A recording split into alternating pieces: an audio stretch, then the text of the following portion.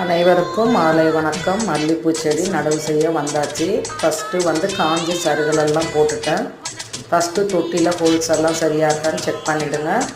ரெண்டாவது நம்ம வீட்டில் காஞ்ச இலை தலை எது இருந்தாலும் அடியில் போட்டுருங்க. அப்போ தண்ணி மண் அடைக்காமல் அந்த இலைகள் பாதுகாக்கும் ஹோல்ஸில்.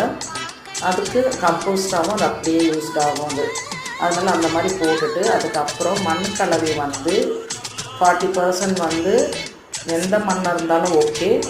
20% கோகோபீட், 20% மண்புழு, 20% நான் இது 7 மாட்டு எரு போட்டிருக்கேன். அப்படியே அந்த கவரை எடுத்துகிட்டு நம்ம அந்த மண்ணை வேறு மட்டும் கொஞ்சம் கீழே கையில் உடச்சி விட்டுட்டு அப்படியே வச்சுட்டு மண்ணை போட்டு மூடணுங்க. அப்புறம் தண்ணி ஊற்ற வேண்டியது தான். இதுதான் இந்த மெத்தட், வேறு எதுவும் இல்லை. ரொம்ப ஈஸி. இது லிங்க் தரேன் பாருங்கள்.